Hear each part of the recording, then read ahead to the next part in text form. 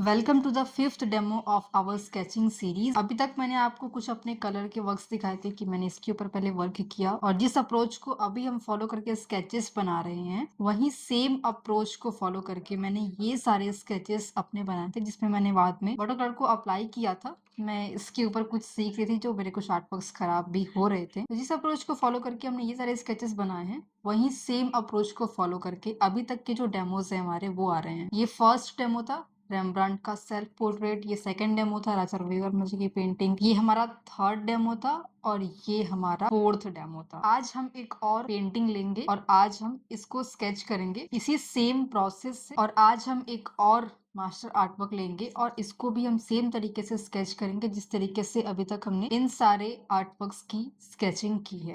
इस पेंटिंग में काफी अंधकार है, काफी अंधेरे में इस पेंटिंग को लगता है ऐसे कि बनाया गया है। इस तरीके से लाइट्स को इसमें रखा गया है, इसीलिए कुछ चीजें आपको इसमें क्लियर नहीं दिख रही हैं। अभी तक जो हमारा अप्रोच था कि हम पहले सिंप्लीफाई कर रहे थे बड़े बड़े लाइंस में, फिर उसी लाइन को और तोड़ के हम इस स्केच को बना रहे थे। अगर आप इस पेंटिंग को देखें, यहाँ पे आपको क्लियर कुछ लाइंस दिखेंगे। यहाँ पे एक लाइन दिख रही है, एक लाइन हमें यहाँ पे दिख रही है, एक लाइन यहाँ पे दिख रही है, ये पूरा ले सकते हैं। और फिर ये हाथ के लिए एक, यहाँ के लिए एक लाइन, यहाँ के लिए एक लाइन और यहाँ के लिए एक लाइन। फिर इस ड्रेस को जब हम बनाएंगे तो ड्रेस में भी बड़ी बड़ी लाइंस ऐसी बनेंगी। पहले फेस में एक हमें डब्बा दिख रहा है, फेस का एक प्रपोर्शन है कि लेंथ के अकॉर्डिंग विड्थ कितना है। अभी बाल के एरियाज उतने क्लियर इसमें दिख नहीं रहे हैं, करीब यहाँ तक बाल है और यहाँ तक बाल है और स्टार्टिंग यहाँ से है बालों की और एंडिंग यहाँ तक है। मतलब जितना मुझे इसमें दिख रहा है मैं उसके हिसाब से बता रही हूँ। मतलब हो सकता है कि चेंज भी हो, बाल लंबे भी हो, बट मुझे इतना दिख रहा है तो हम इतना ही मान करके चलते हैं। इतने बड़े बाल हैं तो इसमें जो प्रपोर्शन है फेस का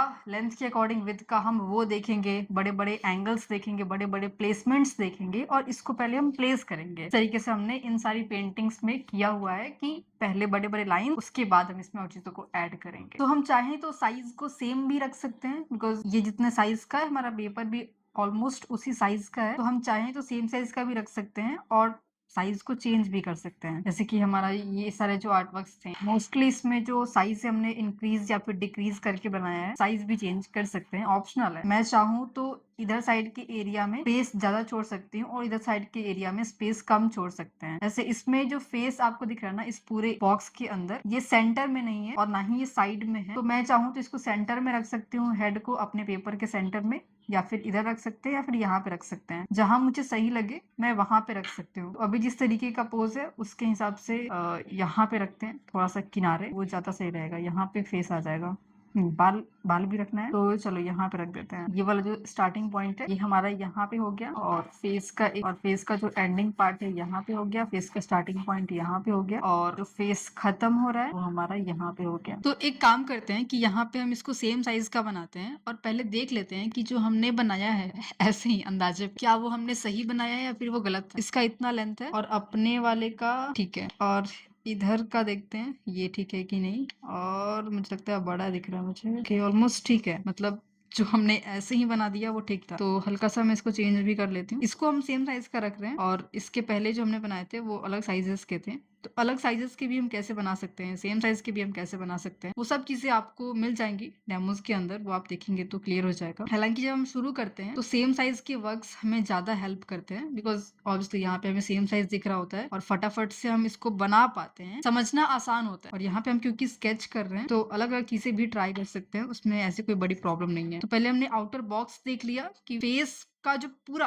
फेस से रिलेटेड बाल है, बाल के कर्व्स वगैरह सब कुछ हमने देख लिया और सबको लेकर के एक डब्बा बना दिया। अब उसके अंदर फेस कहाँ पे आएगा, कहाँ पे कौन सी चीज शुरू हो रही है, कौन सी चीज खत्म हो रही है, अब हम उसको प्लेस कर। ये वाली जो लाइन है मैं इसको यहाँ से मान रही हूँ, चिन्ह की लाइन है, इसको यहाँ से मान रहे हैं, ना कि ये बाल वाले एरिया को ले रहे हैं। तो ये वाला जो पार्ट हमें यहाँ दिख रहा है मैं इसको लेकर के चल रही हूँ कि ये है हमारे फेस का एंडिंग पार्ट, चिन्ह की जो लाइन, जहां तक चिन्ह है वहीं तक मैंने इस बाल को रखा हुआ है, तो ये दोनों एक ही रहेगा। और ये हो गया, इधर का तो मुझे भी नहीं दिख रहा तो इसको हल्का सा हम ऐसे गोल टाइप का कर देते हैं और यहाँ से फिर यहाँ से ये नेक का एरिया शुरू हो रहा है। आई थिंक यहाँ पे कुछ लंबे बाल से दिख तो रहे हैं, तो इसको ठीक है लास्ट में देखते हैं। इसको अभी के लिए इसको इतना ही बनाते हैं। हर चीज के लिए बस लाइंस रहेंगी, हर चीज के लिए बस कुछ एंगल्स रहेंगे और उसी को हम बनाएंगे। ठीक है, अब ये मैं एंगल देख रही हूँ कि ये एंगल मैं सही लेकर के आ सकती, जिस तरीके का एंगल हमें यहाँ पे दिख रहा है वही एंगल मैं यहाँ पे लेकर के आ सकूं। एंगल्स को समझने के कई सारे तरीके हैं, जिसके ऊपर मैंने अलग से डेमोज अपलोड किए हैं। पहले के मेरे कुछ लेसन है तो वो मैंने अपलोड किए हैं, तो वो आप देख सकते हो। बाकी लाइन को हम एक्सटेंड कर दे, इधर साइड में कर देते हैं, तो ये फिर कहाँ कहाँ पे टच हो रहा है।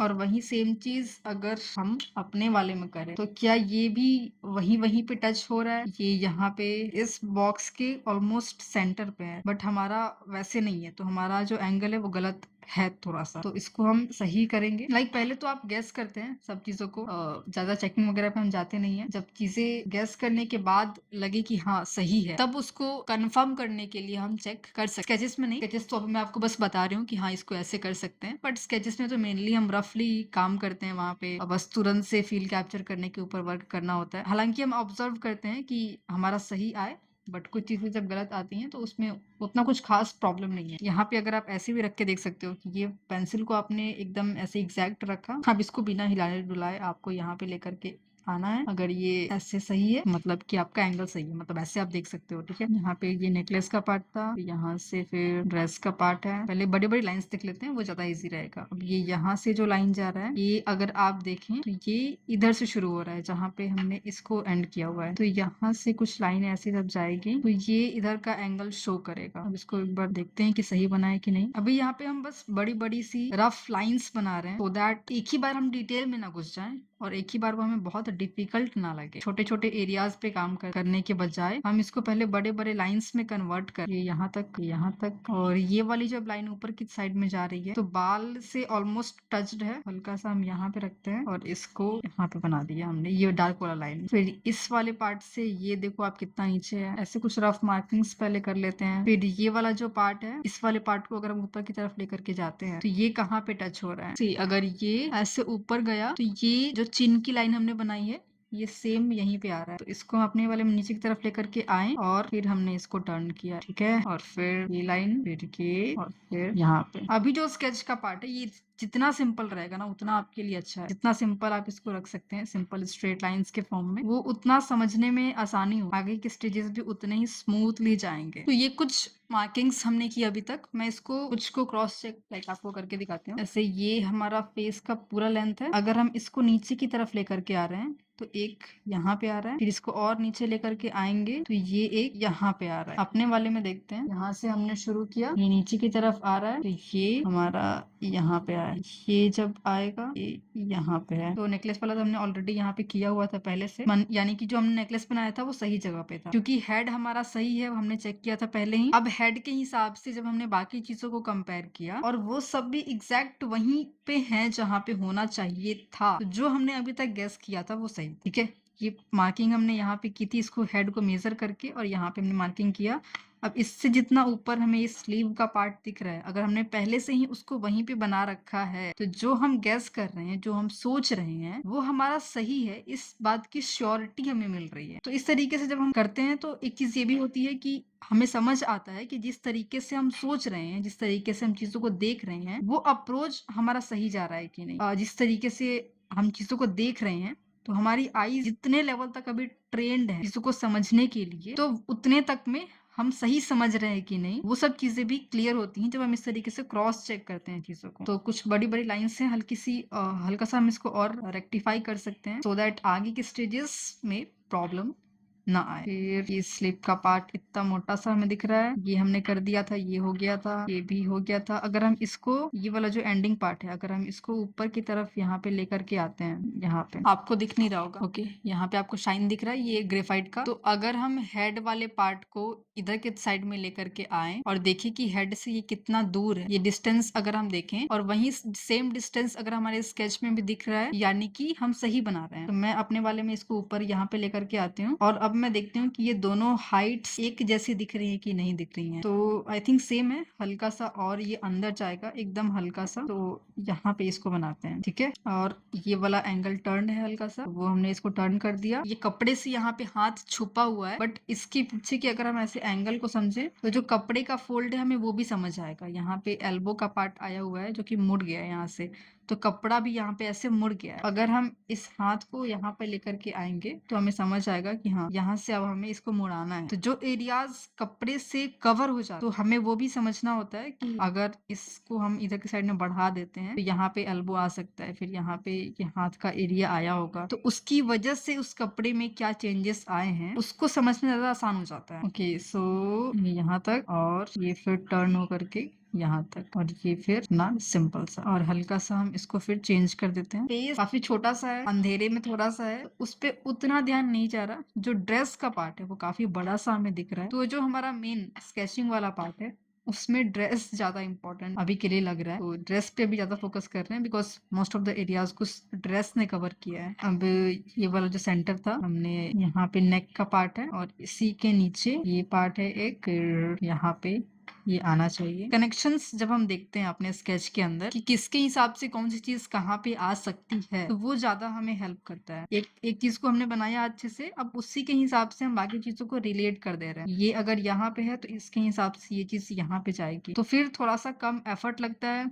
हमें समझ भी आता है कि हम जो बना रहे हैं वो सही बना रहे हैं कि नहीं। तो ऐसे सही रहा। अब ये यहाँ पे बनेगा। अब इस लाइन को हम इरेज कर देंगे, थोड़ा सा लाइट कर देते हैं ताकि वो काफी ज्यादा अटेंशन ना ले हमारा। और फिर यहाँ पे काफी डार्कनेस है, जितनी चीजें दिख रही है मैं उतनी चीजों को बना रही हूँ। यहाँ पे बनेगा, ये यहाँ पे बनेगा, ये ब्लैक सा टोपी है शायद, तो टोपी को हम यहाँ पे बना देते हैं। तो यहाँ तक हमारा था फर्स्ट स्टेज का पार्ट, जहाँ पे हमने ऑलमोस्ट सब चीजों को जगह पे रख दिया। अब जो बड़ी बड़ी सी लाइन्स हमने यहाँ पे बना रखी है, उन्हीं लाइंस को अब हम हल्का से छोटा कर देंगे, उसमें शेप्स को ऐड कर देंगे, उसमें कर्व्स को ऐड कर देंगे, और हमारा स्केच फिर हो गया। मतलब कि अभी तक का जो स्टेज था वही सबसे इम्पोर्टेंट था। इसीलिए इस लेसन में आप देखेंगे कि उसी स्टेज का मोस्ट ऑफ द पार्ट मैंने कवर किया है और अच्छे से मैंने उसको एक्सप्लेन भी किया हुआ है। ये सारी जो पार्ट, ये सब भी इम्पोर्टेंट है, बट जब तक पहले वाले स्टेज क्लियर नहीं है तब तक इस सब पे फोकस करके कोई फायदा नहीं है। अब उसी के बेस पे हम हल्के हल्के से जो राउंडनेस है, हल्के हल्के से जो शेप्स हैं, अब हम वो हर जगह पे ऐड कर सकते हैं। जो हमने अभी तक बना रखा है उसी के बेस पे, यहाँ पे कुछ बाल के एरियाज बेस पे आ रहे थे जिसको हमने इग्नोर किया था उस टाइम पे, तो उसको हम अभी ऐड कर सकते हैं। ऐसे ही करके अब जो हमने प्लेसमेंट्स की थी उसी पे सेम चीज को फिर हम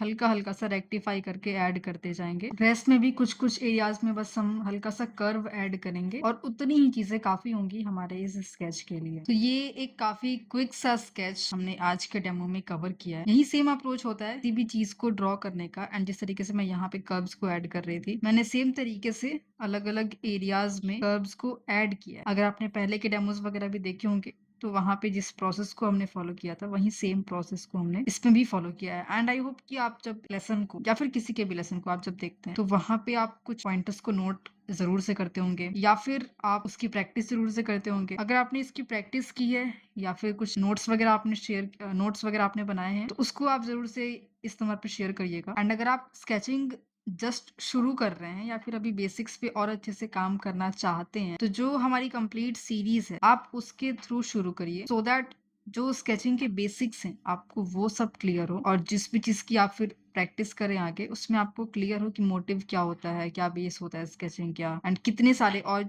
इम्पोर्टेंट पॉइंटर्स होते हैं स्केचिंग के बारे में। वो सब चीजें आपको समझ आएंगी उस स्केचिंग की सीरीज से। ऑलरेडी कई हजारों आर्टिस्ट उस स्केचिंग की सीरीज पे वर्क कर रहे हैं और कर भी चुके हैं। इस व्हाट्सएप नंबर पे आप मुझे मैसेज करिएगा, मैं आपको उस कंप्लीट सीरीज का डिटेल्स की लिंक मैं आपको शेयर कर दूंगी। अब अगर हम फेस पे थोड़ा सा और फोकस करें हल्का सा, तो बाल का एरिया ठीक है अभी यहाँ पे, चलो ये हमने बना दिया। इसको मैंने थोड़ा सा क्विक रखा है अपने बाकी स्केचेस की कंपैरिजन में। अगर आपने मेरे पहले के डेमोस देखे होंगे तो बाकी सारे स्केचेस को हमने थोड़ा सा डिटेल्ड रखा था, थोड़ा सा लाइक कि अच्छे से बने उस टाइप का हमने रखा था, बट इस स्केच को मैंने हल्का सा क्विक रखा है। तो मोटिव चेंज होते हैं, हम जिस तरीके का स्केच चाहें हम उस तरीके का स्केच कर सकते हैं। अगर हम चाहते हैं कि हम किसी स्केच में फेशियल फीचर्स को ड्रॉ ना करें, इसमें बस ओवरऑल प्रोपोर्शंस वगैरह सही आ जाए, उतनी चीजें अगर हमें काफी लगती हैं अपने उस स्केच के लिए, तो फिर हम उसको उस तरीके से कर सकते हैं। तो ये वाला जो स्केच है ये उस तरीके का है जहाँ पे मैं चाहती हूँ कि बस कुछ कुछ चीजें अपने अपने जगह पे आ जाएं और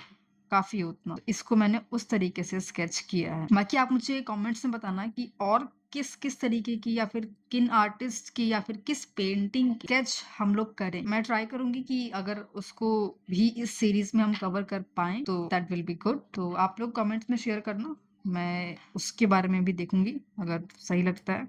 तो उस पे भी आगे डेमोज वगैरह हम लेकर के आ सकते हैं। एंड अगर आपके कुछ क्वेश्चंस होंगे तो वो भी आप जरूर से कमेंट्स में शेयर करना। तो अब हम आपसे मिलते हैं अगले डेमो के अंदर, जहाँ पे हम ऐसे ही एक और मास्टर आर्टवर्क के स्केच को कवर करेंगे एंड मे बी किसी और डिफरेंट मोटिव के साथ हम उस स्केच को करेंगे।